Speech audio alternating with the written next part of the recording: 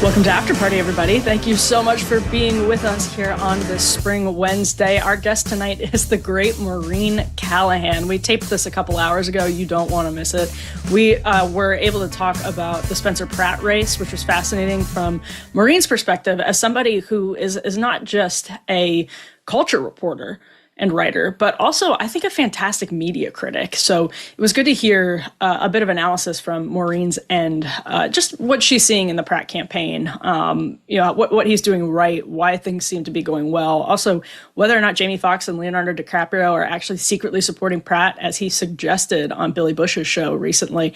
It's an interesting conversation. A Rosie O'Donnell story that's flying under the radar. Stephen Colbert, Blake Lively, Ryan Reynolds. It sounds like the worst party ever, but those are all of the topics we talked about. So I'm very excited to have Maureen back on the show with us. We have an interview with her. It's about an hour long, so it's coming up in just one moment. First, though, please do subscribe if you haven't yet. It helps us so much to subscribe on YouTube. Subscribe wherever you get your podcasts, and that's where you get our Friday episode of the show, which is actually audio only. It's just for podcast listeners on the podcast feed, and we always have fun answering your questions that you send in to my email address, emily@devilmaycaremedia.com. Again, those are on Fridays, so we're Monday, Wednesday here, live on YouTube, video, Fridays, just an audio version. And we have all kinds of fun stuff in store for the show's future. We're almost at our 1-year anniversary. So let's help us get more subscribers before we hit the 1-year mark. Send this to friends. It's super, super helpful on our end. And make sure to subscribe yourself. I'm also going to talk a bit about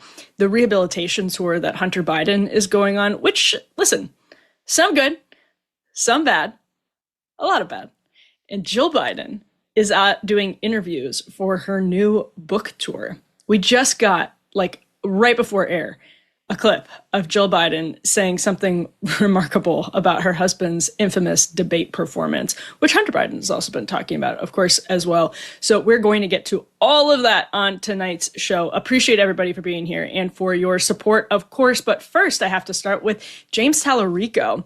Timu Richie Cunningham, as he's known on this show. We've been covering him for a long time because at first I thought the Texas Democrat primary was one of the most interesting primaries in the country. I stand by that. I think of this entire cycle, that was the most interesting race. And what's happened today, since Ken Paxton's nearly 30-point blowout, at least as I last checked, it was 28 points, of John Cornyn, who outspent him 3-1, had the support of national Republican apparatuses, with the exception of Donald Trump himself. $92 million of ad spending, according to the New York Times, on behalf of John Cornyn.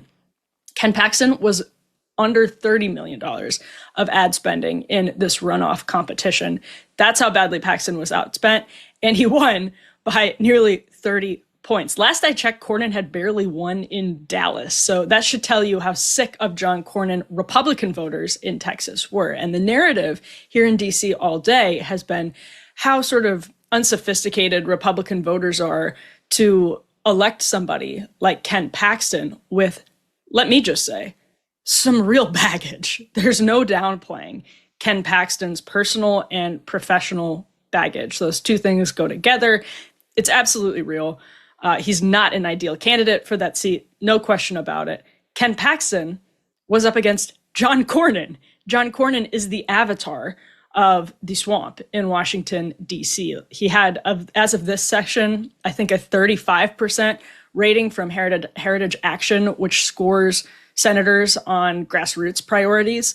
And that's where Cornyn was, 35%. That has to be one of the lowest in the Senate. And I'm talking about the Senate here. So that's already not great. His lifetime rating from Heritage Action is somewhere in 60% range. People in Texas were furious. Republicans in Texas were furious with him for going against the base on guns. He's gone against the base on all kinds of things. He said Trump was irrelevant a couple of years back. So basically, when you have Ken Paxton, who has, as Attorney General in Texas, despite this checkered record, which is not the type of person that I think you would probably want your daughter to marry. That's what it looks like from Ken Paxton. Just some really gross stuff. You probably wouldn't want to get into business with Ken Paxton either, from his record. It's not good. But this guy has taken on big tech. He has proactively fought for exactly the things that Texas Republicans feel John Cornyn has gone soft on. And so if you're asking Texas Republicans to choose between John Cornyn and Ken Paxton, they will, of course, in the Trump era, after most Republicans voted against Donald Trump in 2016 for another candidate, or when you put all the other candidates together, most of the votes were not for Donald Trump. And if you were not voting for Donald Trump, you were kind of proactively voting against Donald Trump in 2016 in those primaries. Everyone learned, Republicans learned, that they were in a new era, that they were going to have to deal with Trump's baggage to prevent Hillary Clinton from being president of the United States. And a lot of Republicans are now perfectly used to that. It's a lesser of two evils, voting calculus. And some people just sit it out. But some people think, especially if you're, for example, very anti-abortion, that it's immoral to passively let a Democrat take that seat. So that's why people are not particularly bothered. They don't love Ken Paxton. We had some interesting callers on the Megyn Kelly wrap-up show today from Texas. That's over on Sirius XM, 2 to 3 p.m. We take calls after Megyn's show every day. We had some interesting callers from Texas being like, yeah, nobody is like embracing Paxton as like a fuzzy teddy bear, but they are embracing Paxton as an appropriate countermeasure to what Talarico would represent and to what John Cornyn would represent. Often misunderstood fact about the Republican base is that they often detest Republicans as much, if not more sometimes, as they detest Democrats, because maybe they have higher expectations for Republicans. So James Talarico, on the other hand, Democrats aren't getting any of this, any of these charges of being unsophisticated voters lobbed their way, despite the fact that Talarico is unelectable. We didn't have this conversation about how foolish Texas Democrats were to nominate somebody as unelectable as James Talarico. And because the Democratic Party is is in the midst of its own civil war right now and is a mess, their two choices in this Texas primary were James Talarico and Jasmine Crockett. So, of course, they had no great choice either. But that is a problem of the Democratic Party of Texas's own making. Either of their options was unelectable. And James Talarico, I think, is actually a worse candidate than Beto O'Rourke. Here's what the Paxton campaign is already running on against James Talarico. This is S4. This is Texas. This is not. There are many more than two biological sexes. In fact, there are 6. This is Texas. This is not. The American flag is such a complicated symbol for most of us. This is Texas. This is not. They're going to call me a radical leftist. This is Texas. This is not. Something that you love that's not family or friends. I love, I'm just saying this because it's on my mind, the trans children. This is Texas. This is not. Our southern border should be like our front porch. There should be a giant welcome mat out front. This is Texas. This is not. It is now existential that we try to reduce our meat consumption. I am proud to say that our campaign has officially become a non-meat campaign. This is Texas. This is not. So Talarico has been on a campaign today trying to convince Texas voters. He's actually made overtures to Cornyn voters that he of course believes that, this is a real quote he said today, of course he believes that there are two biological sexes. Well, you're on tape saying that. The vegan element is actually, I think it's even worse than what Talarico said, because it's not, or what Talarico is saying it is now. We're going to get to that in just one moment, because it's actually goes into policy. And that's not, a lot of the media isn't covering the kind of policy implications of what Talarico said in the veganism quote that's getting tossed around as red meat, no pun intended, in this effort to frame Talarico as somebody who's just out of touch with the average Texan's values. I think it's pretty obvious that he is. But consultants looked at Talarico and said, this is a seminarian. Actually, Joe Rogan liked him. Joe Rogan had him on, and Talarico was talking about faith and how Republicans get it wrong. And I think I think Rogan told him he should run for president, something like that. But at first glance, people say this is somebody that sort of speaks the language of the like white Christian suburban base that is vulnerable in the Trump era. But when you look at who that base actually is, there are people who are not going to be comfortable with Ken Paxton, no question about it. They're not going to be comfortable with what Talarico has said on a host of issues either. So it's not that simple. Let's take a look at his cleanup efforts here S5. He went on CNN with Jake Tapper today and got asked some questions about his past. The National Republican Senate Committee is already highlighting comments that you've made as a state representative. For example, they're highlighting Chiron's this. incredible. Quote, God is non-binary. God is both masculine and feminine and everything in between. God is non-binary. What is your response to them using that and explain what you were talking about? Well, I understand that comment is a little provocative. I said it on the House floor when the extremists in the Republican legislature were picking on school kids who were different. But I don't think it's controversial theologically. Most Christians would acknowledge that God is beyond gender. In fact, the Apostle Paul, in his letter to the Galatians, said that in Christ there is neither male nor female. And so if someone's got a problem with that statement, they shouldn't take it up with me. They should take it up with the Apostle Paul. So there are no difference between Jews and Greeks either, because the Apostle Paul said there is no Jew nor Greek, which is precisely about Christian universalism, egalitarianism. Much of the Western world is built on what the Apostle Paul was saying, which is that everybody, our differences are not as important as our salvation in Christ. That's what it's talking about. This idea that you can apply postmodern progressive gender ideology to the God of the Bible is obviously ridiculous, but it is totally progressive seminarian babble, the type of stuff that people are chatting about like it's enormously profound. It's like those freshman college dorm conversations about libertarianism and the like. That's exactly, it sounds like he just hit a giant blunt, and it's worse because he didn't. He really means this stuff, and he is now going to get asked about it constantly. There's no running from it. But I would say that on this veganism question, Republicans have more to work with than they've already stepped into. Let me just put up on the screen. This is a PolitiFact fact check. Democratic Texas U.S. Senate candidate James Talarico, quote, is a vegan. Apparently that's what Ken Paxton said. And PolitiFact rates that as false. Democrats put out a tweet today of Talarico in his Texas t-shirt eating a big hunk of meat. I'm going to find this, see if I can put it up on the screen. Here it is. I'm sorry to do this to you, everyone. But they said November, here we come. And it's Talarico in his Texas t-shirt just diving into a big hunk of meat. But what he said about the veganism is honestly worse than if he were a vegan. Apparently he's not a vegan. Good for him. But what he actually said was in a 2022 campaign, and I'm reading again here from PolitiFact, where he's denied being a vegan. He's had fun with these allegations, but this is a 2022 speech that he gave in front of the Texas Humane Legislation Network. That is a group that, according to PolitiFact, quote, lobbies for humane animal treatment.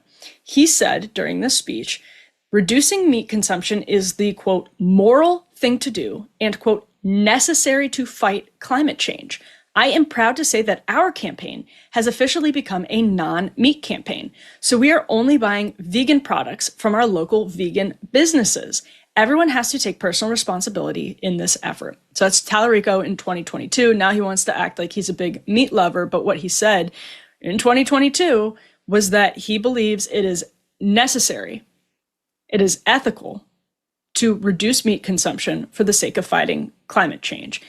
That is pretty clearly representative of an ideology that in a state like Texas concerns people's pocketbooks, concerns people's lifestyles, and it's a lot worse than whether or not Talarico is personally a vegan. Now, I would say it's kind of weird to not be a vegan and brag about your campaign being vegan. I feel like that's actually dishonest to the people who are here lobbying for humane treatment of animals, but it's also for him, running as Timu Ritchie Cunningham as a man of great character juxtaposed with Ken Paxton, who will certainly be attacked, already has been attacked as a man of ill repute with all of this personal baggage, Talarico can't afford to look like he's misleading people.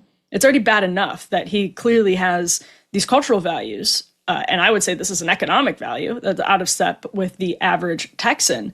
But it's worse, actually, if he looks like he's being evasive about it, because he's also preaching, literally, he is a seminarian, he's also preaching about decency and moral character and the like. And so he really can't afford to look like he's dancing around the truth on this issue. So little political analysis of the stupid vegan controversy is I think it's actually worse than Republicans are making it out to be. And Talarico is promising to run a campaign on economic populism. And I think Republicans have some really powerful weapons, figuratively, to undermine the Talarico campaign on these cultural questions, don't get me wrong.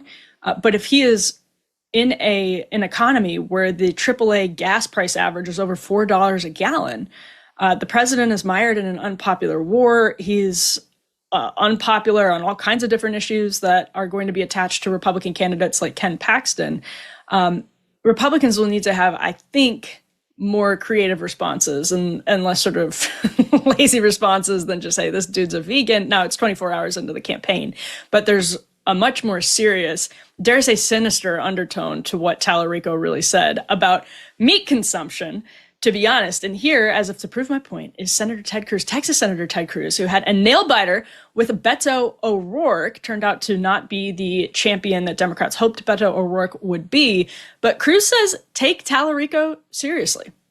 I will tell you what makes Talarico dangerous and that worries me, is he packages it in this very nice, aw shucks demeanor. Yeah. And he sounds like a preacher. He went to seminary. He has much of what he says. He quotes biblical verses. And what worries me is someone who's not paying attention much to politics might turn on the TV and look at him and say, oh, he seems like a nice young man. And for me, I would rather my wolves come in wolves' clothing. Yeah, I think Ted Cruz is right. This could be a closer race than people realize. I don't really think that it's ultimately in play. I think it puts it in play, and there will be a lot of money coming into this race. Probably would have been easier for Republicans to coast with Cornyn, who's not a particularly good candidate either, to be honest, for the reasons that he lost to Paxton. But yes, I think it's definitely going to be a race where money has to be spent to attack Talarico at this point. I doubt that he wins, but President Trump is obviously unpopular. Who knows what happens with the Iran war? Who knows what happens in the economy? So we'll stay tuned to that. But these cultural issues that really felt like they peaked for the left in 2022-ish, maybe, when Talarico was making that statement, they're just not going away. Now, California is different, but I wanted to roll this clip of Tom Steyer, billionaire Tom Steyer, who is running for governor, also on an economic populist platform, who went on with Jennifer Welch over at the I've Had It podcast and had this to say when it comes to trans sports. I'm totally in favor of trans athletes in high school. I think when you understand the vulnerability, the stress, the danger of being a trans kid, and you understand that almost half of them try to commit suicide. Yeah. And then you think we're going to punish those kids. We're going to cut them off from team sports. We're going to cut them off from participating in the community. We're going to cut them off from fun. It's like, no, we're not. No, we're not. There are more important things than whether you start on your high school basketball team. And that is standing up for people who are under threat of death. The class dynamics at play in that clip are truly despicable. You have a billionaire politician telling girls who actually do care, do think it's a very important thing whether they start on their high school basketball team, because maybe they've been grinding since middle school to be a starter, and hopefully by the time they're seniors get a scholarship. Doesn't have to be a D1 scholarship, but a lot of people pay for their college tuition, which is extraordinarily high right now, obviously, by athletic scholarships. And so yes, it does matter to them if they're starting on their school basketball team. And to tell middle-class girls, don't worry about it if one trans kid takes that spot. Don't worry about, there are more important things than whether you get your teeth knocked out, whether you get concussed. Tom Steyer doesn't say that. It's obviously the implication of the policy that he supports. And these debunked ideas about the suicidality of people suffering from very real gender dysphoria. Those are ideas that have been peddled by the special interest groups, promoted by billionaires like Tom Steyer. It's a never-ending cycle here. Now, I actually think Tom Steyer, I'm curious how Graham Plattner will handle this in Maine. I'm curious how Talarico is going to handle this in Texas. I think Tom Steyer in California, first of all, it's not a huge issue. It probably hurts him with some people, but I think Tom Steyer believes exactly what he just said. I honestly think he believes what he said. He's one of a minority of people in this country who believes exactly what he just said. I think Graham Plattner also falls into that category. So if you're one of those people, by all means, probably the best way to mitigate the fallout, it's probably the less bad option for you to just be honest and say, listen, maybe people don't agree with me, but this is what I believe. So I am leaning all in on it. It's actually, make this argument all the time about Republican candidates and abortion. If you actually are very anti-abortion, then you should lean in on it because you believe it is the taking of a human life. Now, this is not apples to apples, but the point is, if you believe what you say you believe, then you should, of course, not try to evade and jump around on it. I am fascinated by how Talarico, who now is, as of, I think, a recent CBS interview saying, of course, I know there are two sexes. Well, you said that there are at least 6 biological sexes not that long ago. So what do you mean, of course, you know that's true? I'm really fascinated by how Talarico is going to handle questions on this issue because I suspect it's not going to go well for him. And I don't think Republicans have a slam dunk here, but I also think some of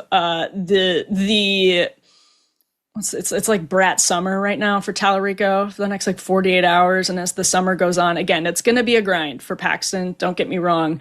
But I think some of the shine is going to wear off Talarico pretty quickly as he has to answer some complicated questions about the policies he believes in. All right, I'm going to toss to the great Maureen Callahan. Stick around after Maureen. I'm going to do a breakdown on the Hunter Biden rehabilitation tour, where he's doing his darndest to rehabilitate his image. I'm going to talk about Jill Biden trying to do the same, trying and failing to do the same. I have some bones to pick with the Hunter Biden rehab tour. So we'll have that after the interview with Maureen. But without further ado, we're going to be back after this quick break with host of The Nerve, the great Maureen Callahan. What does it feel like when your clothes actually feel good? Cozy Earth proves what you wear at home matters as much as what you wear out. The outfit that I have been living in lately is the brushed bamboo jogger set. And that's not an understatement. I actually really have been living in the brushed bamboo jogger set lately. It's incredible. Crafted from bamboo viscose, it's breathable and unbelievably soft. The fit is also the perfect balance. It's tapered to look put together, but also relaxed for total comfort. You can complete the vibe with the lake house clogs. I also love these, and I'm also living in these. They have a very cushioned footbed and soft interior, so they're supportive for all day wear, but also so cozy that you can kind of forget that they're even on. Cozy Earth offers a 30-day return policy and a lifetime warranty on clothing. It is completely hassle-free. This Memorial Day week, give yourself the kind of comfort that lives with you all day, not just the moment you get home. Cozy Earth's brushed bamboo jogger set and lake house clogs are designed to keep you cozy, comfortable, and actually relaxed all season long. Comfort lives here. Head to CozyEarth.com and use my code Emily for up to 30% off, but only for a limited time. This exclusive offer runs through June 1st only, so don't wait. That's code Emily at CozyEarth.com for up to 30% off. And if you see a post-purchase survey, mention that you heard about Cozy Earth right here. We are joined by Maureen Callahan, host, of course, of The Nerve with Maureen Callahan. Such a wonderful show. Maureen, thank you for joining us. Emily, thank you. First of all, thanks for having me. And thank you so much for that really wonderful intro. I will Venmo you. No need. It is genuine. I am genuinely a fan, as are many other people. And I have so much to talk to you about. I want to start with Spencer Pratt because I think, Maureen, you're such a good media critic. And Pratt's campaign for Los Angeles mayor is such an interesting media story. Mm-hmm. It's also turning into, because it's Los Angeles, of course, an interesting story about Hollywood. Mm-hmm. This comment he made caught my attention. This was actually on Billy Bush's podcast recently. He kind of casually dropped that he has support from some A-listers. And I wanted to get your take on this. This is S1. But you must be surprised by a couple of names. Like the most excited I've been, where I was like, oh, wow. Was Leonardo DiCaprio and Jamie Foxx. They, with witnesses, their teams can say it didn't happen, but, there are a lot of witnesses, and that felt great. And their whole thing to me is we need you to make the streets safer again. Yeah. That was it. So that's why I keep telling people, this is not political. But Chelsea Handler, she's not a fan. Said we should have learned by now that putting a straight white male in office is a problem. How dumb is that? If someone said the same thing about a woman or a gay person or a person of color, it would be widely condemned. Who are you connecting with on that? This unbelievable. Also, I am married to one of a global pop gay icon. So, the gays are with me. I have the entire gay vote, period. Any normal functioning brain that doesn't want to step in human poop when they get their matcha is voting for me, which is a lot of people. So first, fact check, Maureen. Heidi Montag, gay icon. Is this true? I don't know. I'm not that dialed into Heidi's pop career, but she does kind of have some of the hallmarks, that uber exaggerated like femininity that tends to kind of like, I haven't really ever seen drag performers as Heidi. I'm not saying they don't exist, but I've been watching the Kylie Minogue documentary on Netflix. Sorry to take you on an aside. Ooh, no, this is good. And she said she realized she felt like her career was in trouble because she was just this sort of bubblegummy pop princess with nowhere to really go. And then her manager said, hey, do you know there's a Kylie night at the local drag club? Like, the drag community is into you. And she was like, I want to go. And she went and she realized like, oh no, like I'm doing great. Like, I've got the drag community. That's exactly who you want, So anyway. Because it turns it into art. It turns it into camp. But you're also like, it means that your art is hitting with the outsiders and the misfits. And like, what she once thought of herself as sort of this one-dimensional pop icon, she sort of realized, no, there's something deeper that maybe I'm not even dialed into about what I'm doing. You know what I mean? But anyway, the Spencer Pratt, I find the campaign fascinating. And I think the ads that he's been putting out, these AI generated ads that look like little films, which it's very Hollywood, he's sort of, it's very circular, but they're incredibly effective. I think was it George Bush or Jeb Bush who said these ads that Spencer Pratt's camp is putting out are the most effective I've ever seen. Have you seen them? Yeah, they are like there's a simplicity to them because they're AI, as you mentioned, but they're hitting the zeitgeist in a way that, this is partially what I'm curious about from your end. It feels like only a reality star could be that in the zeitgeist, or a reality star coon politician could be that in the zeitgeist, because it's so in touch with kind of the normie Angelino. It's interesting, he hasn't been a reality star really for quite some time.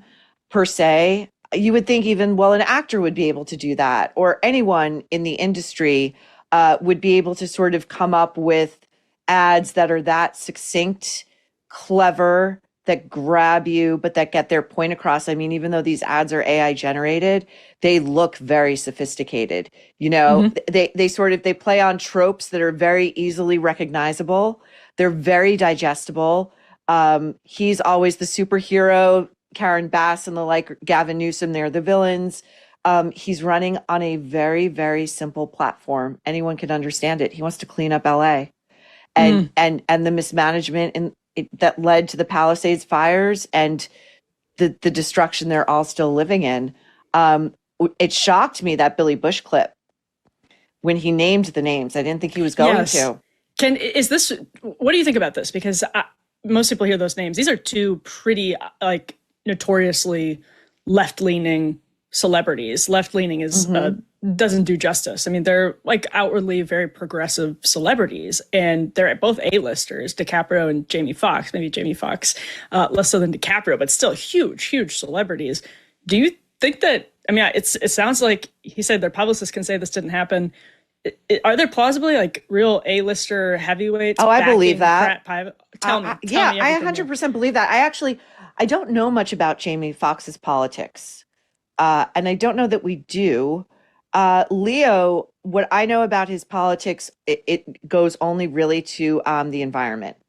I otherwise have no idea what he thinks politically, and I think he's smart. I think he wants it that way. Was he at the Bezos wedding? He was. Oh, that's a great question. I think you're right. I think he was. We might get a fact check on that, but that does. So you never know. You never know. But yeah, so but the idea, so he dropped the names, which is huge because normally, you protect celebrities. He who was, maybe, by the way. He was. At the Bezos Okay, vote. so Yes, there we go. So we don't really know what Leo thinks politically. And I think it's incredible for him to say, listen, their camps can deny it, but Leonardo DiCaprio wants me to win. Jamie Foxx wants me to win. Anyone who's sane and doesn't want to step in human excrement as they make their way around Los Angeles wants me to win. It's extremely effective. I like this campaign a lot. Well, so he says, I guess the AI videos aren't directly from the campaign. He's definitely kind of leaned into all of this, but this point that you're touching on reminds me of Trump in a certain way, where celebrity endorsements, if it's to the sort of usual Democratic politician, Taylor Swift, did she get some people to register to vote against Marsha Blackburn or against Trump? Probably she got some people to register to vote. Did she move the needle? I don't know how much she moved the needle. A lot of this is just kind of routine. But when you see, and in 2024 especially, when you saw Trump have this like cultural momentum that was surprising, it's with Pratt almost also like arresting to see him be so he's a Republican. He's not running in this race as a Republican. He's a registered Republican, but he says, I'm just somebody who wants to clean up the city. That's how he responds to questions. And his opponents are trying to peg him as a MAGA guy. But honestly, he seems to have the pop cultural momentum, not just the pop culture cred, but now it's like, seems like he's building into something else, Maureen. And that's very, very interesting to watch. Well, he's been very smart and whoever is advising him is very, very shrewd. There is one ad, I believe, in which he stars as like Batman. Yes. Right. And then another where he did a spin on the Fresh Prince, of Bel-Air, because the opposition was saying, you don't really live in a trailer. You live like in a Gulf Stream. You had a multi-million-dollar house. And he took that and he did a spin on the opening theme to the Fresh Prince. So he's speaking a lingua franca that we all acknowledge. He's also leaning into the Trump playbook of like, you want to elect me because I'm the outsider, because I'm not part of this system that brought you the Palisades fire, that's bringing you rampant homelessness and crime and drug abuse. And A-list celebrities are feeling this crime too. Their houses are being broken into whenever they're stupid enough to post online, or they're like actually doing their jobs on like a junket overseas. And criminals, enterprises see, Brad Pitt's house was broken into. Brad Pitt, while he was doing, I think, F1 press overseas. So, it's trickling up, not down. And did you see this? Go on, sorry. Oh, go ahead. No, I was going to say, did you see this Us Weekly cover? This is F1. Let's put it up on the screen. This is Spencer Pratt on the cover of Us Weekly. A very positive, the quote on the cover is, "This is my destiny." You never see right-leaning candidates get treatment like this from tabloid media, Maureen. Am I right? That seems, other than, of course, like there's some New York Post, Daily Mail, but the like People Magazine, Us Weekly, that kind of bucket of entertainment coverage is not typically this willing to be favorable or to frame neutrally, favorably the campaign of somebody like Spencer Pratt. Well, it's so funny you bring this up because I just bought that in my weekly tabloid haul. That copy of, I was surprised to see that cover. I want to talk about that cover, but I just want to preface this by saying I heard a soundbite of him the other day. Again, he's straddling this line very cleverly. He said, well, I was a Democrat. Mm-hmm. And I'm very much still in a lot of the social things that the Democratic Party represents, but I had no choice but to register as a Republican either after the Palisades fires or in order to get on something like that. Like he's threading that needle, right? So he's giving permission for anyone, no matter how much they align themselves with any given set of policies, to vote for him. If it's possible to look at that Us Weekly cover once more. Let's throw it back up. So look at the color palette of this. Oh, right. Blue sky, right? Blue sky. It gets almost whiter in the middle. He's in a light blue shirt. Blue, they often tell presidential candidates, when you want to project trustworthiness, wear blue. When you want to project power and confidence, you wear like red. You wear a red tie. You often see Trump in red. I mean, obviously red, Republicans, etc. He's standing in front of lush vegetation, not a hollowed out. Like this is basically, this cover is an ad for him, whether the editors realize it or not. It projects optimism, hope, life, growth, and futurism. Are you surprised to see it from Us Weekly? No. Really? I'm actually not, because I think these publications, I'm like one of the only people left who buys them. But I mean, I'm very interested in the way those covers are art directed and put together, and the messages that they're conveying. Is Us Weekly owned by Penske Media? That's a good question. I'll look it up right now. But I think that they're just in the business of trying to sell copies and to be relevant. And I knew that Spencer Pratt was going to be a major player when, I want to say it was sometime over the winter, the New York Times Sunday paper ran a cover story. It was like, it wasn't business, it wasn't opinion, and it wasn't styles, I don't think. But it was the front page, and then it was a huge spread inside. It was like a 5,000, 8,000 word piece. And talking about his improbable nascent run for mayor. And I thought, this is really something that's gonna go somewhere. Yeah, and I'm not trying to get too political, but I just think it reminds me of after Donald Trump was shot in Butler in 2024, you just started to see some pop cultural momentum shift his way. And that it shifted right in some interesting ways. And that, I mean, it appears to be catching on, Maureen. I'm curious to get your take on this. Harry Enton on CNN just Tuesday was looking at some of these numbers for Spencer Pratt. Let's roll this S2.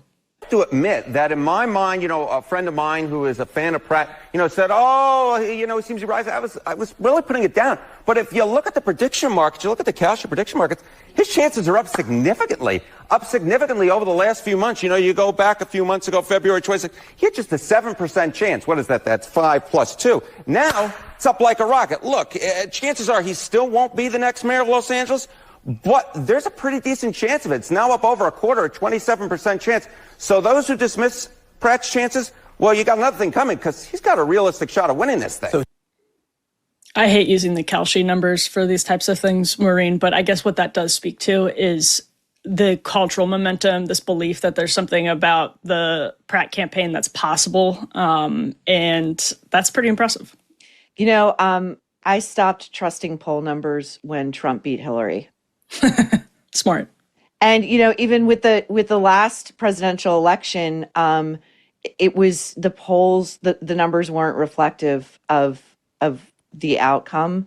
And I wonder with someone like a Spencer Pratt, if there might be a similar phenomenon at work, that there might be a silent Spencer Pratt voter that's just not going to tell a pollster what they're going to do. That seems plausible. Although, to your point about him also giving people permission, I mean, that I think is what I was trying to say earlier about why it's different when you have somebody who's seen as maybe an underdog, an insurgent like Spencer Pratt getting, or saying at least he has the support of a Jamie Foxx or a Leo DiCaprio. It kind of does create permission for other people to say, all right, the taboo has been shattered. Apparently, Jamie Foxx and Leo DiCaprio are in on this. It doesn't make me so crazy to say I might be, I'm a hypothetical Angelino. I'm a Democrat, a liberal. I support gay rights, but I'm so sick of the way the city is being run. It's just one of those things that adds up to the climate, making people more comfortable stepping in and being like, enough with Karen Bass, enough with Karen Bass. It's okay to say, I'm going with this other option. It's wild and wacky, but I'm going to give it a try because anything's better than the status quo. And when you start building that type of momentum, it can be hard to stop in pop culture world. It's also interesting that he's gotten the discussion off of the talking point, you're a reality star. It's you're a Republican, which, he's kind of made that the more radioactive aspect of his run than his lack of civic experience or municipal experience. His experiences in being on the hills on MTV, but again, I think, I saw parts of that debate in which he demolished his opponents. And it goes to really, it's the most important part of campaigning. It's like, it's your it factor, it's your star power, it's your stage presence, it's your stage swagger. craft, your swag, it's your argument. How succinct is it? How powerful is it? How much does it hit people truly where they live? I don't know the last time you were in LA, but the last time I was in LA, I was shocked by the conditions I was seeing. Shocked. You go near the Staples Center, you know what you have to go through to get to the Staples Center? I stayed by the Staples Center last time I was in LA. Really? Yeah, big mistake. What did you see? I mean, exactly what you're describing. It's sad. There are a lot of cities like this. After COVID, parts of the cities just, they slowed down so much, hollowed out so much, and some of it just it hasn't come back. But yeah, But there's segments of LA that have just been ceded to the homeless. It's like, we give up on you. We give up on this. We give up, it's shanty towns. It's like, roll up your window, hold your breath, run the red light, get out of there. It's bad. It's bad. That plus, I find it personally, just I find it, Americans have lost, a certain segment of Americans, I should say, not all Americans. Shame is dead in our culture. If a Karen Bass had been an elected official in Japan, she would have wandered off into the forest to commit suicide. And that would have been the honorable thing to do. What do we do in America? We run again. Break a few eggs. Proudly. We run again proudly. Mm-hmm. Yeah. No, don't worry about it. Speaking of no shame, Maureen, Stephen Colbert, I wanted to get your take on this, has started a YouTube channel. I think he's up to 120 subs or something. There's a Guardian article on it just in a couple of days, F2. No big surprise that he's getting some followers over there. I checked his Late Show YouTube channel before The Late Show ended forever last week. And recently he'd actually been doing pretty well. The Late Show YouTube had been doing pretty well, which is interesting because previously he'd been getting lapped by Kimmel and Fallon when it came to digital media. He also did, I don't know if you saw this, a local Michigan public access television show that felt a little bit more like vintage Colbert. Back when his Dana Carvey show days and Strangers with Candy days, it wasn't totally a transformation. I don't expect that to happen, but there's a world outside of broadcast primetime that is probably a better fit for Stephen Colbert. I don't know if it'll be YouTube because he's gotten so in his own bubble and kind of incapable of self-reflection, which is utterly necessary to be able to pull off good comedy. But F3 caught people's attention. Ryan Reynolds at the farewell show to Stephen Colbert. Lots to get into about this. Rob Shooter had some reporting, basically saying that Blake Lively was welcome to the Late Show farewell, but Ryan Reynolds chose to go alone because he is a gentleman who didn't want to distract people from all of the glory that was Stephen Colbert's farewell, Maureen. So a couple topics in one there. Stephen Colbert on YouTube, Ryan Reynolds, both of them. Why don't we start with Colbert on YouTube? Do you think he has a future? Did I hear you right, Emily, when you said his new YouTube channel has 120 subscribers? That's what I think. 120,000. Oh, sorry. Okay. That's what I think the Guardian said. Wait, what? Okay. Yeah. I think that's what the Guardian said it was. So I had read an item, and I'm not sure. We talked about this with our beloved Rob Shooter over at the Nerve at Night. He stops by once a week, and we really dish it up good. He said that we were talking about this report that Stephen Colbert, now that The Late Show is done, really wants to pursue something that gives his life higher meaning, a sense of higher purpose, right? So, Emily, is it Habitat for Humanity? It is not. Is it the World Food Bank? It is not. Is it any number of, charities operating in Africa? It is not. It is theater. It's the theater has been his lifelong calling, and that's where he really thinks he's going to self-actualize at the age of 62. I find Stephen Colbert, I think his problem really, without the framework of a franchise such as The Late Show, in which you are a steward, right? It's not yours. I mean, he killed it. Nobody else is going to take it over, but it belonged to Letterman, and before Letterman, I forget who it belonged to, but you sort of stepped into this franchise. I think his problem on YouTube in the digital lane is you have to be authentic. And Stephen Colbert, from his beginnings in like as a real figure in pop culture, he was playing a version of himself who was lampooning like an O'Reilly, and his name, the Colbert Report, was supposed to be sending up that kind of like puffery, that kind of self-regard that, like, male news anchors often have. And his real name is Stephen Colbert, but now we all really have to call him Stephen Colbert. I didn't know that. This is actually the first time hearing. This is the first time hearing of this. Come to us at the Nerve, Emily. Come to us. So yeah, no, that's true. And he's this big. The other thing, so authenticity, I think, is going to be his difficult thing. The other thing that bothers me about him, he's got one of those theater voices. He was trained in the theater. He speaks from his diaphragm. He overly articulates. It's a baritone. It's booming. The Brill creamed hair. Everything just feels like artifice to me. Like, it just reads as artifice. He doesn't read to me as someone who is comfortable in his own skin. We took apart a podcast he did with his fellow late night comedians in which Jimmy Kimmel asked him, "Oh, has there ever been a guest you've been really attracted to?" Stephen Colbert's been married for like over 30 years. Oh yeah. And then he went on to name any number of beautiful young actresses, like one of whom he said he had to leave the building for.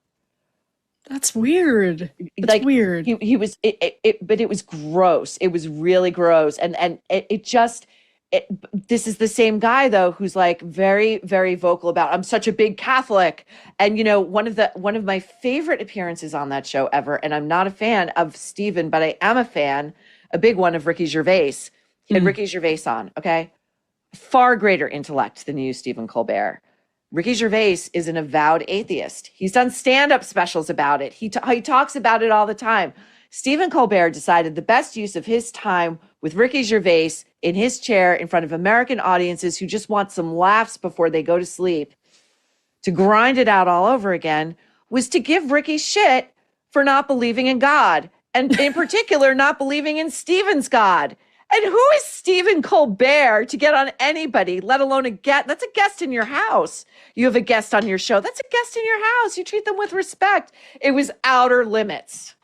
I forgot about that. Now that you mentioned it, I remember it was very uncomfortable. But he became a left-wing version of the right-wing character that he played. He's just so self-serious and incapable of like really being self-deprecating in a meaningful way. I mean, you could do the, I'm so important, I'm Stephen Colbert type thing, but it's not really self-aware like great comedians have to be. Otherwise, you just turn into a douchebag. That theater point that sounds exactly right. I mean, he's always just been a theater nerd, basically. No offense to theater nerds, many of whom are lovely people around the country, but that is perfect for Stephen Colbert, actually. He's like the self-serious man who wants to be taken seriously by the public as a serious, I mean, how many times can I use the word serious? It's very fitting, but as like a serious pundit, not just a comedian. And he got this response from people who made him feel like he was. And so I guess we are all in to suffer. We will all have to suffer accordingly. Yeah, sanctimony has no political party.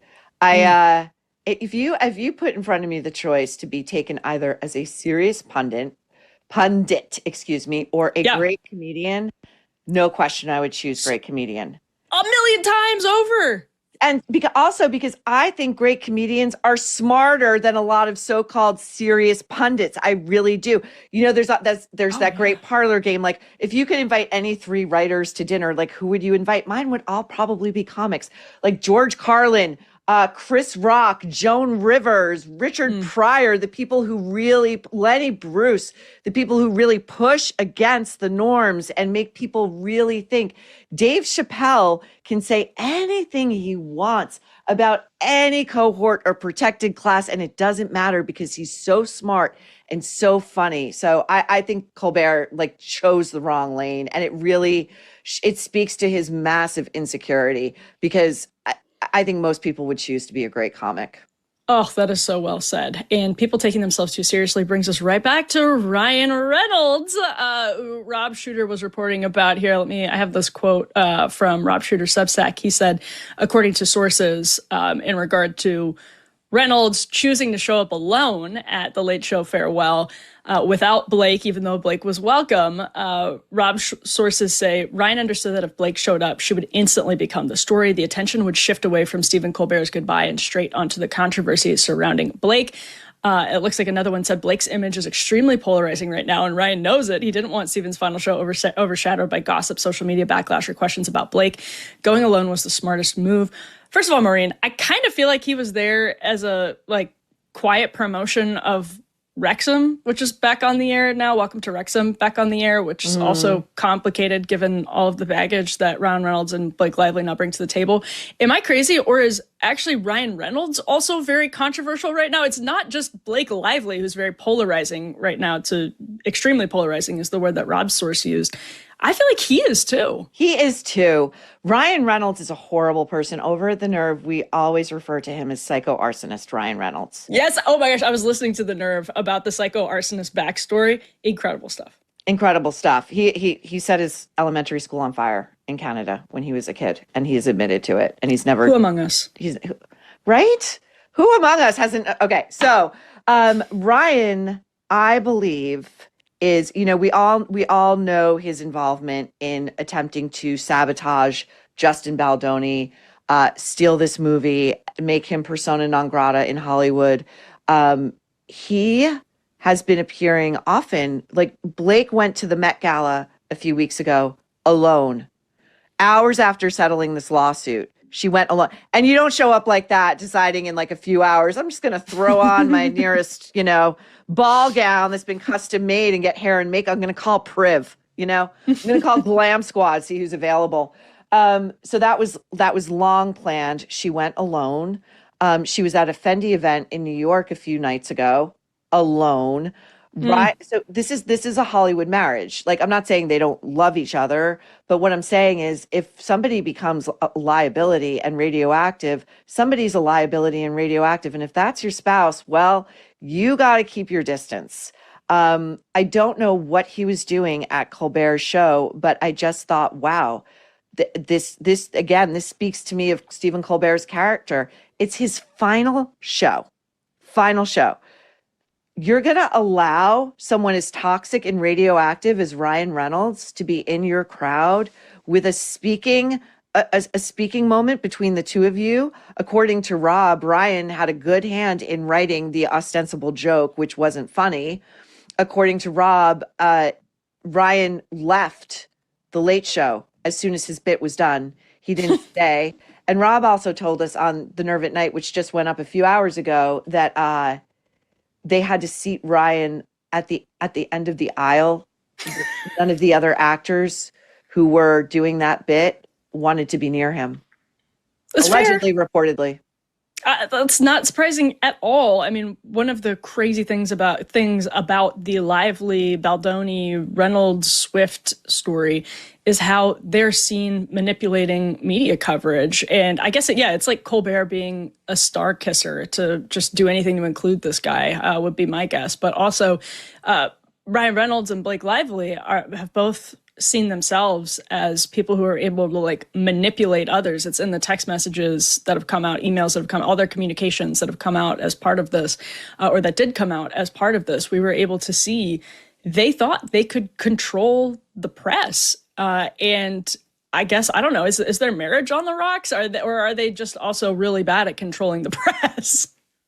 It's interesting. Again, just to go back to Stephen Colbert being such a man of faith in God and a moralist and so upright, you have this guy who we've all seen through Discovery, emails, text messages, trying to bully this guy and having him up at the Tribeca loft, the 4.2 million Tribeca loft that he shares with Blake.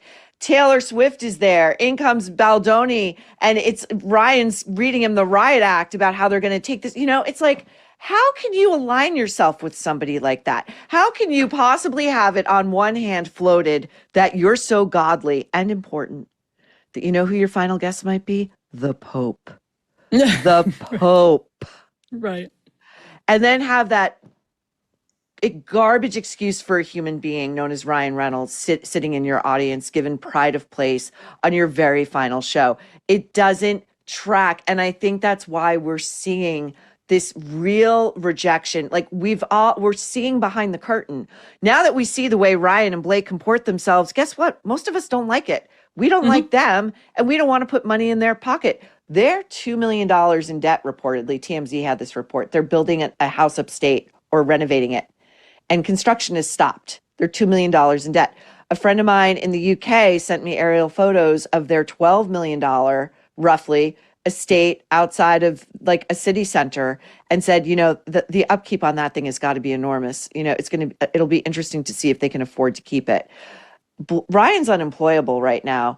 If you've noticed with the Wrexham series, his co-producer has been the one doing the media rounds. Ryan's been quiet as a mouse.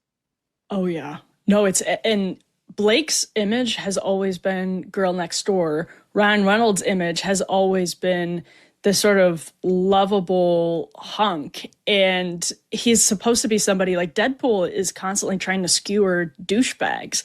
And instead, now we learn Blake Lively is certainly not the girl next door, and Ryan Reynolds is actually himself a douchebag. It feels to me like they can't recover from this unless, in terms of like being on the A-list, I don't know, unless they do some crazy last-ditch effort. But Maureen, my question for you is like, do celebrities really... I mean, you've had experience with this. Are they really that self-confident in their own abilities to manipulate other people? Like they're texting Matt Damon, they're trying to bring Matt Damon's wife into it, and all these people can go read it. In addition to the Taylor Swift stuff, like they're just trying to surround themselves with powerful people, manipulate their celebrity friends, manipulate the press. And it's so disgusting. But their own confidence and their ability to do that was also just stunning to me too. It's a case-by-case basis with people who have power and fame and money. But what struck me most about those communiques among Ryan and other stars, Blake and other stars, was the level, like you see celebrity. Carly Simon said this once. I don't know if she originated it, but it's absolutely true. She said, nobody cares about famous people more than other famous people.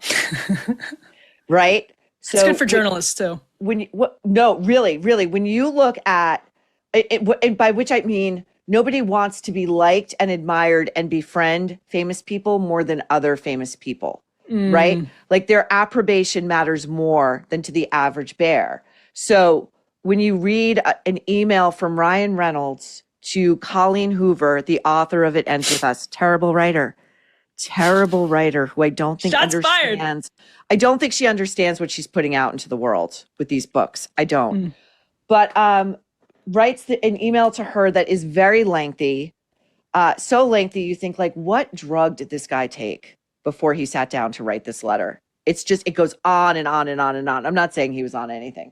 And it's like, Colleen, I'm paraphrasing, but it was basically like, Colleen, I'm standing over here and I'm jumping up and down and I'm clapping. I'm doing somersaults and screaming your name because you're such a genius. She's a hack. She's a hack who writes at a second grade level, and they're making a movie out of this book that is so horrible. I couldn't even get through it. And it's my job to get through this stuff. Okay.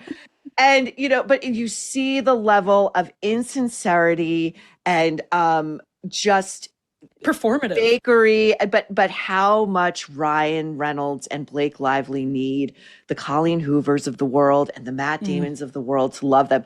One of my favorite artifacts from the Discovery before they settled was Blake's message to Ben Affleck, who she reportedly allegedly hooked up with on the set of The Town. Great movie, but allegedly reportedly hooked up with him on the set of The Town. He was married to Jennifer Garner. She writes this email to Ben Affleck, and it begins, Ben, it's Blake. Don't hang up. Like everything is like at 11. Do you know what I mean? It's like, I'm impressing you, right? I'm funny, right? Like I'm real. Like now I'm going to ask you for a big favor, no pressure. But hey, would you get involved in my issue? Imagine Emily. Okay, this is my analogy. I'm having a problem at work with my boss. I call you Emily. You have nothing to do with my boss. Say it's over at the Daily Mail. You have nothing to do with I was hoping this was Megan. Okay. You can make it fun, but I say, but like for these purposes, like Blake to Ben, get involved in my movie. Emily, do me a favor, get involved in my fight with my editor over my most recent column. You know what, Emily? You know what I'd like you to do? I'd like you to get my editor fired. How about that? I would expect you to drop me as a friend immediately. That's that's crazy. Insane ask. How insane are you? When other people, by the way, have their own reputations that are, if you're a celebrity, it's your business. Your reputation is your entire business. Like you are, it's Ben Affleck Inc. This crazy behavior. Yes, you are. You got enough. You got enough of your own. You know what I mean? So yeah, but that's really where you really see who these people are. And the genie's out of the bottle. There's no putting it back in. We talked recently to do you remember that clip that went viral not long after this story was launched? Blake's New York Times quote unquote expose. The journalist Shasti Flaw, who who had the temerity to congratulate Blake during a press junket on her pregnancy and said, "Oh, congratulations on your bump." And Blake said, "Oh, congratulations on your little bump." Like a real freaking mega bitch. And Shasti was not pregnant.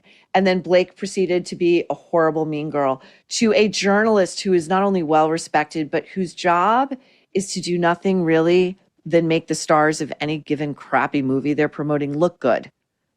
Good. Right. Yep. Tells you exactly what you need to know about them. We're going to take a quick break and be right back with Maureen Callahan. Let's talk about what's really in your makeup. Most of us spend so much time worrying about what we eat, what we drink, how we take care of our families, but then we cake our faces with products that are absolutely chock full of chemicals that we can't even pronounce. Your skin is your body's largest organ, and whatever you put on it gets absorbed. That's why you should consider making the switch to Tubes & Co. Their liquid foundation and face primer are designed to do more than just cover your skin. They also help support and nourish your skin throughout the day. And unlike traditional makeup that fades or requires constant touch-up, this makeup is formulated with aloe vera that stays put while keeping your skin feeling comfortable. No caking, no buildup, just smooth, natural-looking coverage that lasts. This stuff is great. If you're tired of choosing between looking good and poisoning your skin with mystery chemicals, you don't have to anymore. If you're ready to simplify your routine and actually feel good about what you're putting on your skin, head to tubesandco.com/afterparty. They're offering my listeners 25% off your first order with code AFTERPARTY. That's tubesandco.com/afterparty and code AFTERPARTY for 25% off your first order. We're back now with Maureen Callahan, host, of course, of The Nerve with Maureen Callahan. And boy, Maureen, I cannot wait to talk about this next story, flying a little bit under the radar for now. But Rosie O'Donnell has a facelift. Stop the presses. She did it. She got the facelift. And what's more, she wrote about it in stanza form on her Substack. Now, viewers of this show know that I have some credibility, some scholarly authority here as a college minor in creative writing with a concentration in poetry, Maureen. So let me just read. Yeah, that's my level of sort of artistry that I bring to the show. And thank you, Maureen. You're very welcome. I don't want to brag. You haven't mentioned that I'm an astronaut, Emily, but I'll let it go. Maureen, I try not to embarrass you by lavishing you in such praise, but people should know. That is part of your life. They should. I've been. Anyway, sorry, I didn't. But we don't want to brag. No, we don't want to brag. Here goes Rosie O'Donnell on her Substack in reference to this facelift. I used to feel very strongly about facelifts, not casually, morally. I had assigned myself as head of all women who would never, ever. I thought it was a betrayal of feminism, of aging, of our team of women worldwide. And then I lost 50 pounds. ... It wasn't wrinkles. It was gravity. I'd look in the mirror and think, this isn't aging. This is melting with intention. She goes on and on and on. I mean, 20 more stanzas here, and says, so in January, I did it. I found a doctor I trusted who had worked on friends of mine who all looked like themselves, still looked like themselves, just like they had recently been told good news. And I can't do justice to the stanza breaks and the line breaks she's doing here, so people have to just go to that Substack. I didn't know she had a Substack. Got to smash that subscribe button because this is spectacular. But boy, I am a gay woman, she says, always happened. I told the executives at Warner Brothers that truth before I started my show. We're scrolling down. I'm still scrolling, Maureen. That's how long this poem about a facelift is. She says something like, as I get ready for the last day of school with my youngest, the caboose, here at 64 years old, happier than I've ever been in years, just to be alive, able to feel and choose and use my voice whenever I feel called to, for the girl I was, the woman I am, and all those joining my ranks as we carry on in Act 3. This is me. I have chills. I have goosebumps. Here's the picture. You want to see the picture? This is F10. Yeah. I don't know if you've seen this yet. I haven't. Yet, Maureen. She posted on Instagram. Look at that. That's good work. It's poetry. It's good work.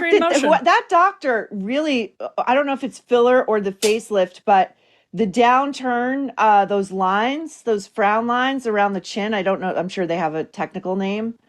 But, you know, it looks like marionette lines that are, you know, almost like Pinocchio. Those are gone. That also tells you what her normal resting expression has been these many years, probably since Trump v1. I love Rosie O'Donnell. She gives so much. That I think would maybe be classified as an epic poem. Probably.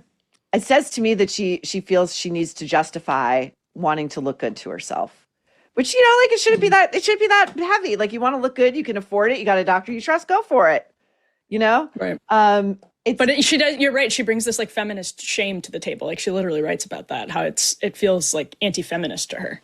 Why though? I've never understood that like wanting to feel good about yourself and the way that you look is anti-feminist. I've never subscribed to that. I don't know what that's about. I think it's all internal. The male gaze. It's about the male is that gaze. what it's about? But of course, for Rosie O'Donnell, it would not be about the male gaze. It wouldn't, but also it would be about, oh God. So, you know, like there's this old saw, and it's really true, you know, like women don't really dress up for men. Like we really dress up for other women. Like we all know the codes. We all, you know, it's like, oh, is that like this season's whatever. You know, men don't know. They don't, you know, they're like, oh, you look great. But yeah, I find it, and I wonder why she felt the need to, you know, she moved to Ireland. She's got this other adopted kid now. She's not, I don't know what she's doing professionally. Substack. Poetry. Like you said, I have got to subscribe to this Substack. I did not know she was on Substack. I'm going as soon as we're done talking. I can't wait to see what she's up to over there. I have a soft spot for Rosie O. You know, she's like a fellow Irish Catholic girl from Long Island. She lost her mother very young. She came of age in the days when, because she's talked about this with her friendship with Madonna was really forged over their shared bond of losing mothers at very young ages. And my own mom went through this, which is why I do have a soft spot for her. When my mother's mother was dying of cancer, they did not tell the children. And so suddenly one day she was just dead. And the kids didn't really understand what had happened. And I think Rosie O'Donnell has written and spoken of a very similar thing, where the mother was just dead one day, and you never mention her again. And I think that really fundamentally shapes a person. So I don't know. Anyway, that's my way of saying good for you, Rosie. It looks great. Great work. Yeah. Okay. So Maureen approves of the Rosie facelift. It does look good.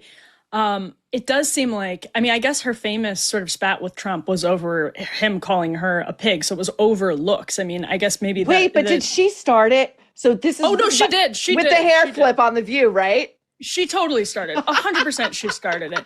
Now, absolutely, she started it. This is an oft missed. It's like when someone, the one guy in a football game punches the other guy and the ref flags the guy who punched him back. That's exactly what the entire Rosie O'Donnell, Donald Trump thing. Granted, Trump punched back probably a lot harder, but all that is to say, for her, if you're a celebrity, you do carry around the weight of like what is your biggest public, what you're most known for. And for Rosie O'Donnell, I mean, he became the president of the United States. It's probably in the last 10 years of her life what has followed her around the most. So I could see where she would be particularly, she would feel a particular maybe like guilt in her conscience of being this person who like stood up against looksism and then giving in to her own desire to do the looksism or to look good, even though she was standing up and saying, well, that's not what this is about. Well, you mentioned something very interesting that she mentioned on the way to her facelift, which was that she lost 50 pounds. Yes. And I have one question. Is Rosie O on the jab? Because women at that age typically don't drop that much weight that quickly. And a side effect of being on the jab is the weight comes off so fast that the skin really does begin to sag and you lose the musculature in your face. Everything that was like, it was all attached to, it's gone. And suddenly you're like a Shar-Pei. And if that happened and her face changed that quickly over, I could absolutely see the alarm and like, I don't look like myself. I don't recognize myself in the mirror. Oh, that's so interesting. Yeah. All right. Well, some food for thought here. You've given me a lot to consider, Maureen. Didn't want to end without bringing up this clip from Kevin O'Leary, Mr. Wonderful star, breakout star of Marty Supreme, data center king of Utah, who in an interview had some advice for people on how to save money. Let's go ahead and roll S3. My mother, Georgette, taught me, and this really probably flows into why I buy these watches, don't buy crap. She used to only buy one Chanel jacket a year, but a really good one. She loves Chanel. And when she died, there was a cat fight for her clothing amongst the women in my family because they were now vintage Chanels that were worth way more than what she paid for them. So if most people, you go look in your closet, it's full of crap you don't need. You bought crap that you just don't wear. You wore it once and it's just crap. Don't buy the crap. Buy the good stuff and just buy less of it. Maureen, I kind of agree with this in principle.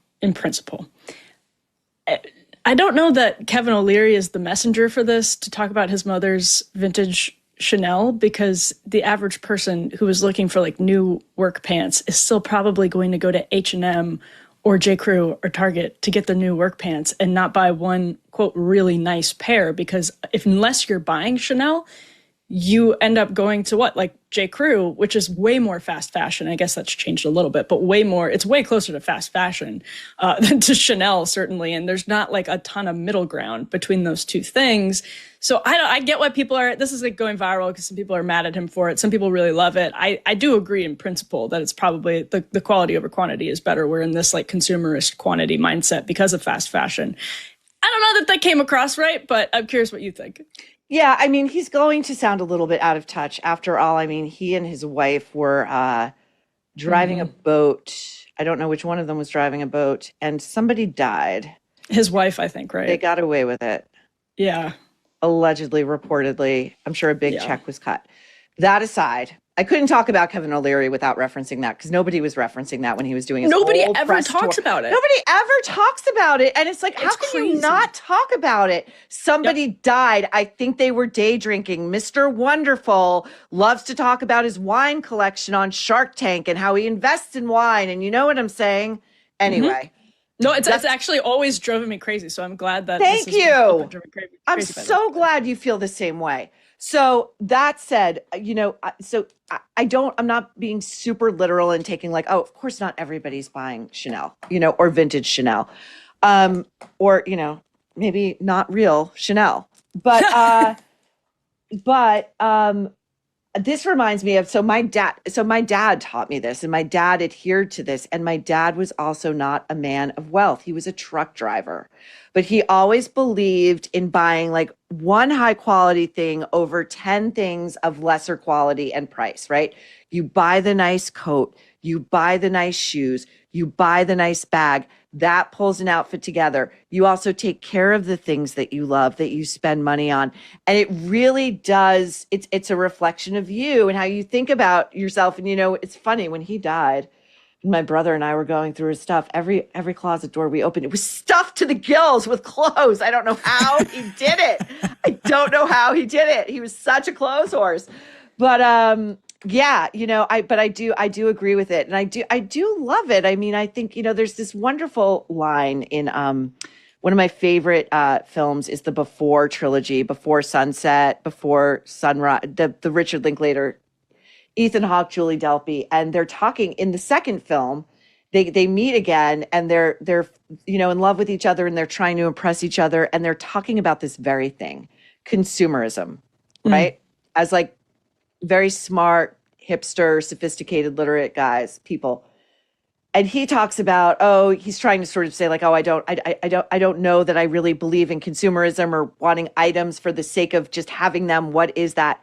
And Julie Delpy says, I don't know. I think I disagree because I think there is something very life affirming to have these ever renewing desires. And that's how I think about it. You know, it can be more than just consumerism or acquiring for the sake of acquiring. It can be about really falling in love with something that feels reflective of you or something that you want to wear or present as an extension of yourself. And I just really love that notion. Did you see Everlane was bought by Shein? Was this last week? I just saw that. Yeah. Yeah. Everlane always very like controversial as this millennial kind of, what's the right way to put it?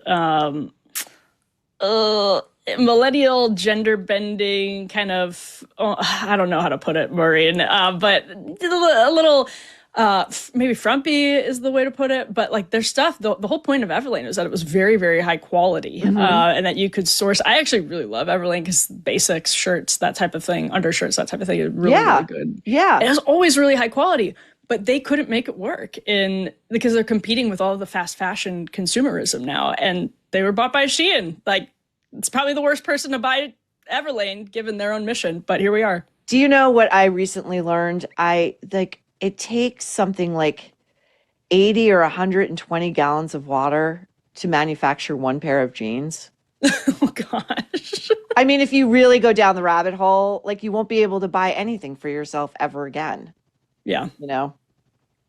But yeah, no, I agree. Fast fashion is there, you know, it's a double-edged sword because I used to shop at H&M all the time when I wasn't making money.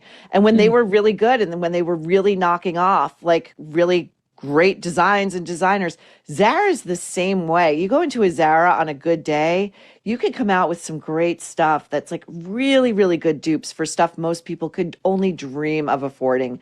So there's that aspect to it too, you know, like it actually kind of erases class differences that really used to exist. Like if you were democratizing. It is like if you were someone of no means and had to rely, say, on the local Goodwill to get somebody else's hand-me-downs and they didn't quite fit right, you know, but it was like you at least like now there's an outlet for people who don't necessarily have a ton of disposable income to go somewhere where they can buy new clothes that are theirs, that look nice, that look cool, that look of the moment. So there's something good about it as well. Oh my gosh, that's so interesting. I would not have thought about that either, Maureen Callahan, which is why we love having you here. Thank you so much for giving us so much of your time. We appreciate it. Well, thank you so much for having me, Emily. It flew. And now, because of you, I know I got to go over to Rosie O's Substack and subscribe. Smash that subscribe button. Her two biggest fans right here. Thank you so much, Maureen. Thanks, Emily. Well, for years, legacy media, government, and big data companies coaxed us into surrendering our digital freedom, giving lip service, of course, to privacy while leaving digital backdoors wide open for their own purposes. Sometimes they're blatant in conveying the idea that encryption is only for criminals or that if you want privacy, you must have something to hide. Well, how did we get here? From cherishing our Fourth Amendment rights to giving them up so readily for convenience. We talk about this on the show all the time. It was engineered. Powerful people discovered that with the right incentives, people willingly surrender their data. Who profits? The same government agencies, platforms, and media companies that want you exposed and compliant. Well, Unplugged set out to do something about it. The Up Phone by Unplugged is the smartphone designed to restore your rights. When it comes to blocking third-party trackers from shadowy data brokers, the Up Phone by Unplugged outshines every device on the market. There's even a battery disconnect switch, so off really means off.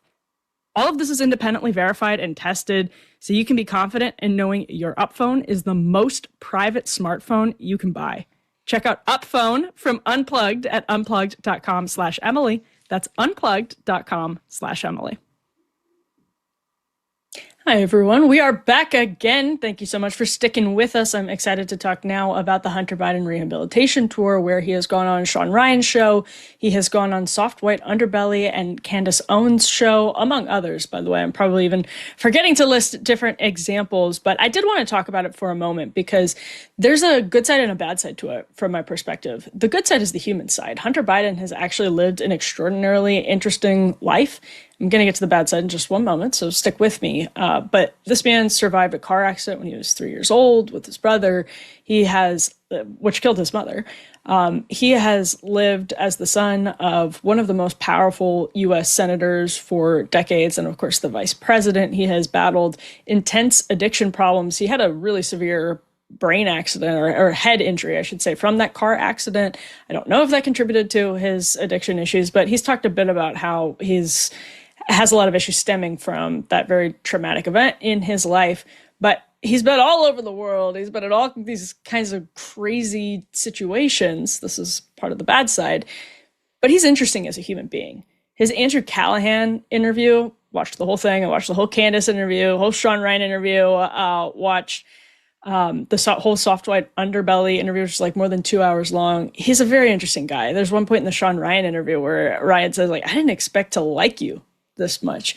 On the other hand, Hunter Biden being interesting as a human being and being a compelling storyteller and somebody who has clearly suffered a lot and has a lot of guilt from causing his family to suffer a lot as well, is now downplaying the severity of his corruption and influence peddling. And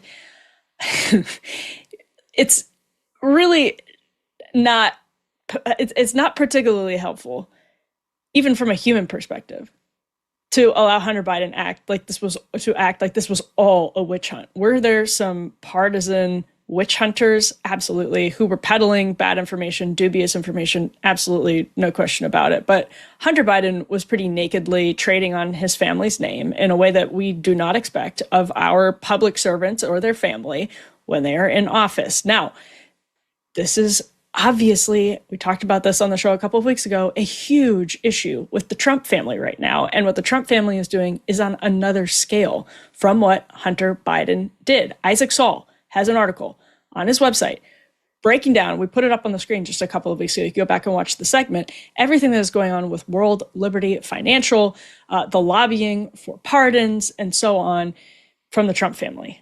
It is significant. It is more blatant in a way, perhaps you could say more honest, because they're kind of doing a lot of it out in the open and not, we don't have to get a laptop hard drive to find out kind of the basics of it, but I'm sure a hard drive would have more to say. All that is just to make the point that it's not to revisit what happened with Hunter Biden is not to excuse any of what's happening now. I feel like you shouldn't have to say that, but I do want to say it. Because what's happening now, Hunter Biden is correctly diagnosing as on another level. Doesn't let him off the hook one bit, nor does it make it, I think, particularly helpful to let him keep saying all of these different things about what actually happened that are just ridiculous. They're ridiculous. So let's roll a bit of him with Candace Owens last week, S8. There are forces that I used to say, oh, this is bullshit. Have you ever read The Devil's Chessboard? Yes. This is a great book. Alan Dulles, looking into the CIA, I read this book, Chaos, that then led me to The Devil's Chessboard. It's actually on our list for books to read for the book club. Yeah. Yeah.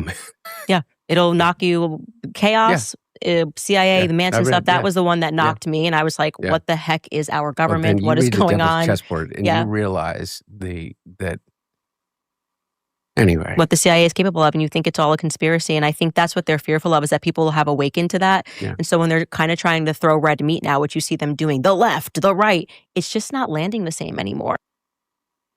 This is a very weird conversation to have with Hunter Biden, who in that Candace interview says he believes the suppression of the laptop story was wrong.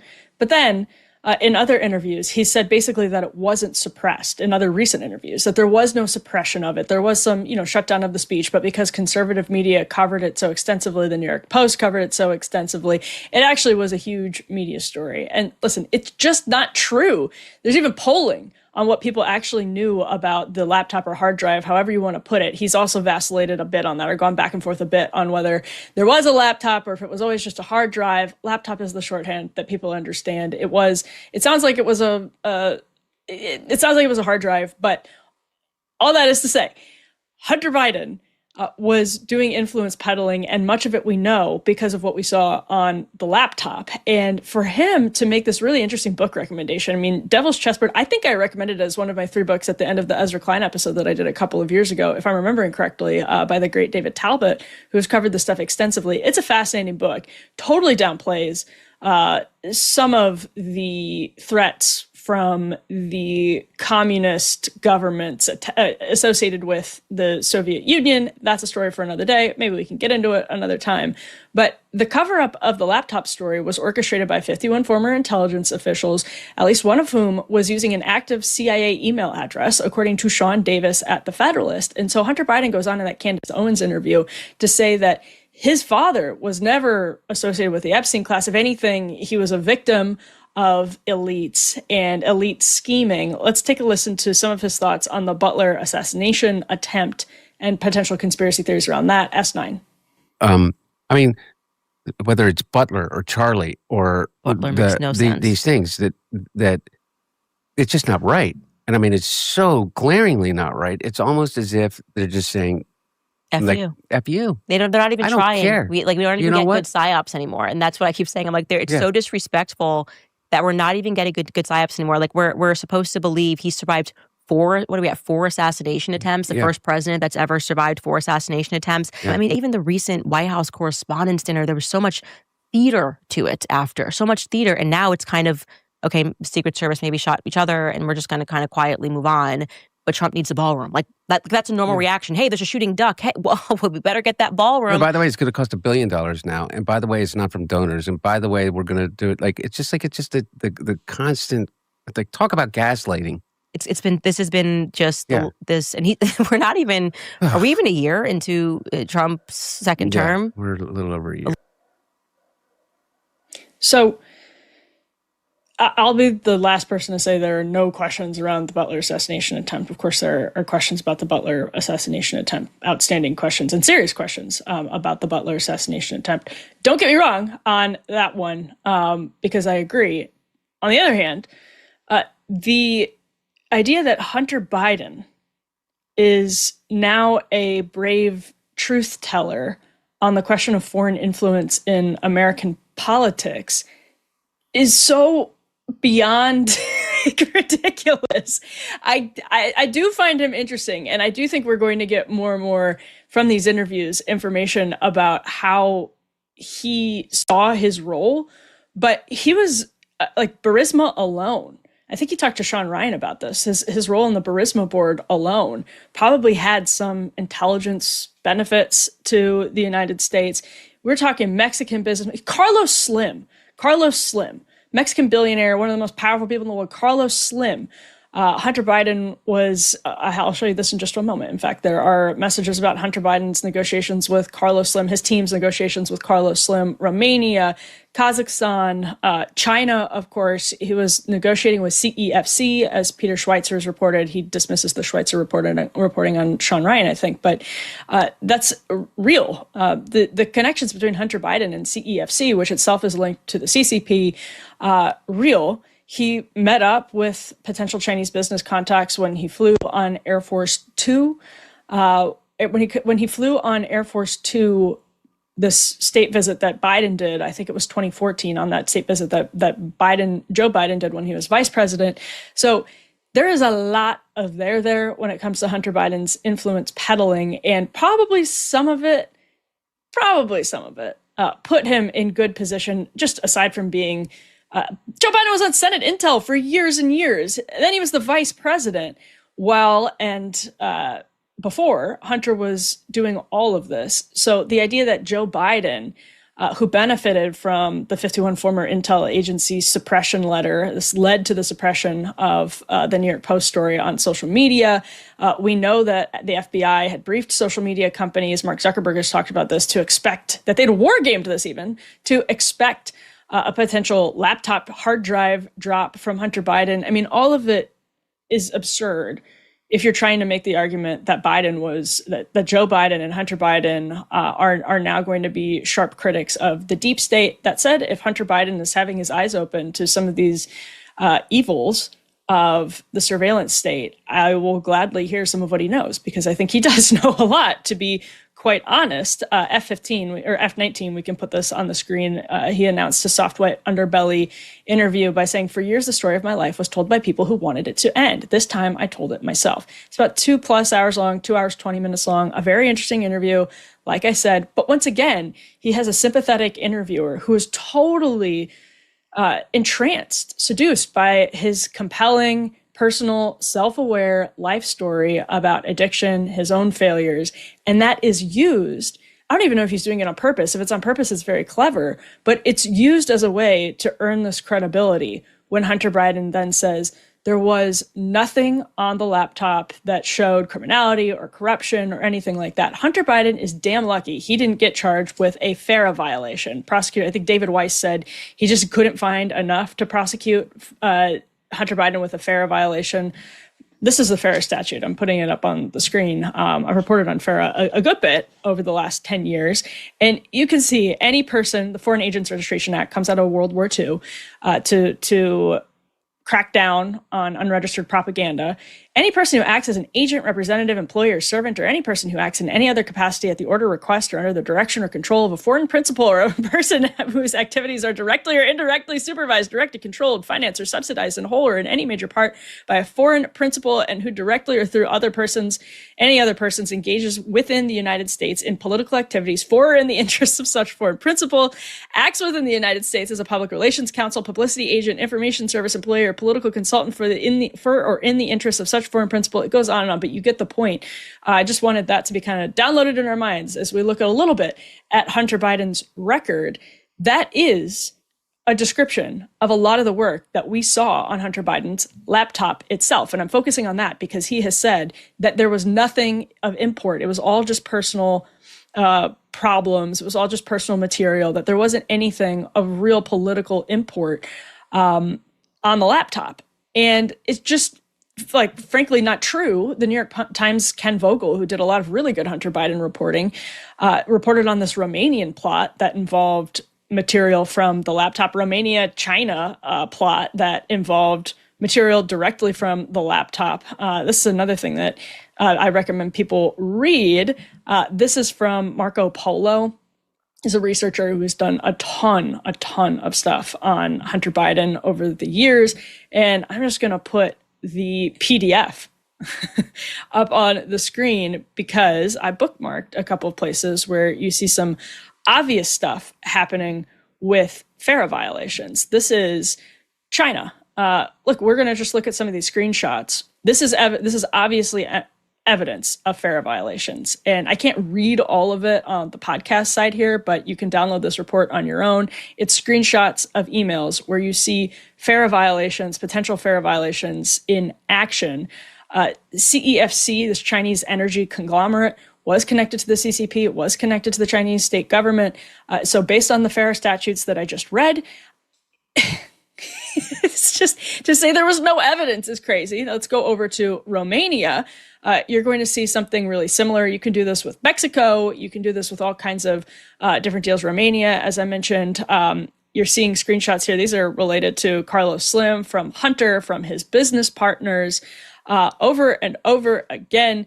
There you have examples. I can't read these, but because it's so long, but you can go check them out yourself. There's just ample evidence that is directly from the laptop, Now, let's then go over to news reports, because the House investigators pulled banking activity, of course, as well. So let's find, I'm going to put this one up on the screen. There's a lot of reporting on this, but a Fox News article summarizing a New York Post article. Quote, over the course of 14 months, the Chinese energy conglomerate, that's CEFC, and its executives paid $4.8 million to entities controlled by Hunter Biden and his uncle, according to government records, court documents, and newly disclosed bank statements, as well as emails contained on a copy of a laptop hard drive that purportedly once belonged to Hunter Biden, the Post reported, Fox writes, before writing that it found no evidence that President Biden, quote, personally benefited from or knew details about the transactions with CEFC, which all took place after he left office as vice president. These deals were happening because Hunter Biden was named Hunter Biden. He knew that these deals were happening because he was named Hunter Biden. He talked to Sean Ryan about how he was put on the Burisma board, likely because he thinks one of the kleptocrats over there wanted some protection with the Biden name, and that was a good way to get it. But I mean, I don't even really need to keep going. Here's a New York Post article that I'm tossing up on the screen. Hunter Biden used Joe's VP perks to pursue deal with Carlos Slim. This is a Miranda Devine report. Hunter Biden used the perks of the vice presidency, parties, meetings with Joe Biden, and flights on Air Force Two to pursue business deals with Mexican billionaire Carlos Slim. Hunter's involvement with Slim, at one time the world's richest man, commenced soon after a White House state dinner the magnate attended in May 2010 along with Joe Biden and his wife, Jill. The diary on Hunter's abandoned laptop shows he and Slim were both guests at a State Department luncheon. Goes on to say and then just goes on to outline their relationship and how Hunter was very clearly pursuing a business relationship. Now, if you are connected to the government, based on the FARA definition that we just read, that's pretty clearly covered by foreign principle if you're trying to influence politics in the United States. There was also pretty ample evidence of that too. FARA was what was used against Paul Manafort. It has been used against some Trump associates. Tony Podesta came under scrutiny for it, closed up the lobbying shop. I think is back to lobbying, but it was used to, it basically was dormant. Prosecutions were dormant for a really long time of FARA violations, but they're felonies. They are felonies. And so that's where the government is just declining to bring these felony cases against Hunter Biden by saying, well, we can't really prove and connect the dots between X, Y, and Z. Sure, that's actually probably true that it's hard. These are hard cases to build, but there's so much evidence of FARA felony violations on the laptop that for Hunter Biden to just sit there and say, oh, it's all crazy. Part of the reason I'm doing this segment is so that anybody who interviews Hunter Biden in the future gets the full story, which is going to be more interesting than Hunter Biden's bullshitting from Hunter Biden himself. Because if you're going to sit down and talk to him about this stuff, I thought Sean Ryan did a pretty good job, but Hunter Biden is peddling some pretty good bullshit because apparently when you sit down with him, the guy is likable and he's right about the weakness and the corruption of the Democratic political establishment. He is correct about media and politics culture. He's right about those things. And now he's going to be apparently criticizing the CIA, which helped suppress the story about his laptop. It's all so ridiculous, as is his claim that his dad just had no part in what's now been called the quote unquote Epstein class, no part in any of this corruption. Here's a Byron York article, the great Byron York from 2008, looking into Joe Biden and Hunter Biden's connections to MBNA, a Delaware business, as Joe Biden refers to it. Yes, sir. MBNA is indeed a Delaware business. One way to put it. They ultimately hired Hunter, but Byron York was saying it's true that for much of Joe Biden's career, he was one of the poorer members of the Senate, but eventually he had a relationship with MBNA that seemed to pay off for him. Now, not multi-millions, but Byron wrote, quote, summarizing what had happened, a top executive of a rich and spendthrift company buys the home, the Biden home, of a financially strapped senator, paying a generous price, a little bit over what the House was appraised at, basically. After that, virtually the entire top management of the company gets together in a coordinated campaign to donate money to the senator, getting around campaign contribution limits. And then after the senator is reelected, the company hires the senator's son. And we don't know what they were paying Hunter. We know that the family has lumped their finances together over the years. So who knows if Joe Biden profited from a really good salary that was going to his son. This was long, but it was all to make this point that Hunter Biden saying the laptop itself was not incriminating because the charges weren't brought. Prosecutors don't like bringing FARA charges. They like bringing it to get Trump when they felt they had no choice. But they honestly, these cases are a lot of work. They take a lot of effort. And it is hard to like definitively, without a shadow of a doubt, prove guilt. But what we can look at from all of these records, from the laptop and then from the banking records, is that there were clear conflicts of interest. There were clear and egregious ethical lapses. So even if Hunter Biden was not criminally guilty of FARA felony violations, which I don't think is likely. I mean, I think you can all see it, even if the legal standard is different. It's one of those things where you can put the pieces together, but you can maybe not prove make it up to the legal standard, even though you're kind of like, okay, we know what was going on here because it's happening in all of these different cases over and over again. Maybe you could win on one of these cases, but again, the point is, he was peddling on his family's name, peddling influence on his family's name, getting rich off his father's public service, and now, instead of just owning that, which would be a much more interesting story for Hunter Biden to tell, because it's true, his dad did resist a lot of the, leaving the Senate to go lobby and the like, but he did have his family members around him, from Hunter to his brothers to his sister, enriching themselves on the Biden's name, apparently melding their finances together, which we have seen over the years. And to act like that wasn't happening, or to buy the Hunter Biden story because he's a damn good storyteller and clearly a likable guy, he's not doing any great service to the public record. So that is just my public service announcement for anybody who finds themselves across from Hunter Biden, this apparently very charming and fascinating man. I don't blame anybody for finding him likable. I'm sure I would enjoy a conversation with Hunter Biden too. It's a little irritating to see this downplayed as Hunter Biden tries to act like he wasn't doing anything that was necessarily unethical. All right.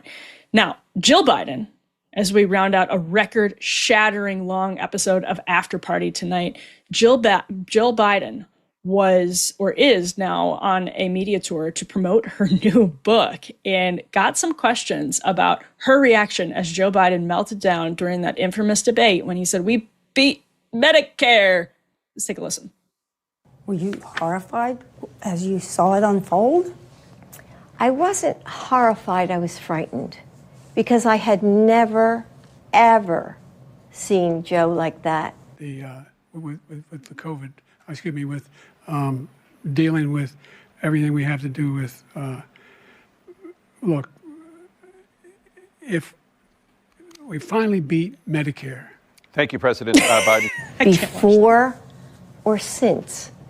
Never. Or since? Yes, or You've since. never seen him like Never. that? No. What happened? I don't know what happened. I mean, as I watched it, I thought, oh my God, he's having a stroke. And it scared me to death. Joe, you did such a great job. So scared. Here she was after the every question. debate. You knew all the.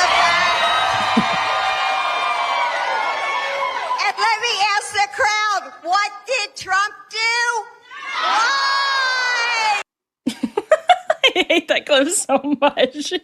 You answered all the questions. He's just absolutely shredding the kindergarten standard for success at a debate. In fact, he was so great. He did so great that his own wife thought he was having a stroke on the debate stage. That is an excellent performance from Joe Biden. And now, as you see with Hunter Biden, there's this resentfulness in the Biden family that they watched everyone around them get rich while Joe Biden, their patriarch, was engaged in public service. And so they cobbled together what kind of life they could live in comparison to the luxurious lives that the lobbyists around them were leading, the consultants around them were leading, the Hollywood stars around them were leading. And now they want to have the good life. And so Joe Biden is trying to sell a book. Her husband is suffering from cancer. Hunter shared on Soft White Underbelly that it's tough for him. He says he doesn't complain much. This is what Hunter Biden says of Joe Biden, but that he is having trouble sleeping and the like. Joe Biden is now on a book tour, selling books and trying to make money. So much so that she's willing to answer questions like this that make her look ridiculous. This is deeply embarrassing for Jill Biden because we all have these clips and we can play the clip clips back. But my read is honestly that she wants to sell a book because compared to Hollywood celebrities and such, they don't have a ton of money. It's a lot of money to the rest of us. You look at their Delaware Rehoboth home. If we look at some of the other things that they like, I think Hunter Biden lives in Santa Monica. They compared to the average American, they're just fine. But compared to the people they've spent their lives around as their patriarch was toiling in the Senate and the vice presidency, and then also trying to sell a book after the vice presidency, they want a piece of the good life. And that's my explanation for why Jill Biden is out there peddling books, despite the setup to just shamelessly act like she really thought maybe her husband was having a stroke, and she's never seen him like that before or since, despite going out afterwards and putting on a brave smile. And instead of canceling the rally afterwards and saying that Biden had a cold or whatever else they were saying, she goes out there and says he was great. You answered all the questions, blah, blah, blah. And now she's trying to sell books, admitting that, claiming she thought he had a stroke, because that's an acceptable answer to somebody who maybe doesn't see the flashback clip. That was a preview of CBS Sunday Morning. But the Biden family is a tragedy, a sort of deep tragedy. And we apparently aren't done with it. So I actually do look forward to future Hunter Biden interviews. As you can tell, I'm something of a connoisseur, having watched all of them, even the 3-4 hour ones. And I do find him very interesting. But let's also come to this conversation with a sort of factual starting point. That would be helpful. I want the whole story from the Bidens. I don't want a fake self-serving story. So if we're going to do it, let's do it. All right. That does it for us on today's record-shattering edition of After Party. Thank you so much for tuning in, everyone. We appreciate it. We will be back on Monday with more. Friday, you'll have a happy hour on your podcast feed. Have a great evening, everyone.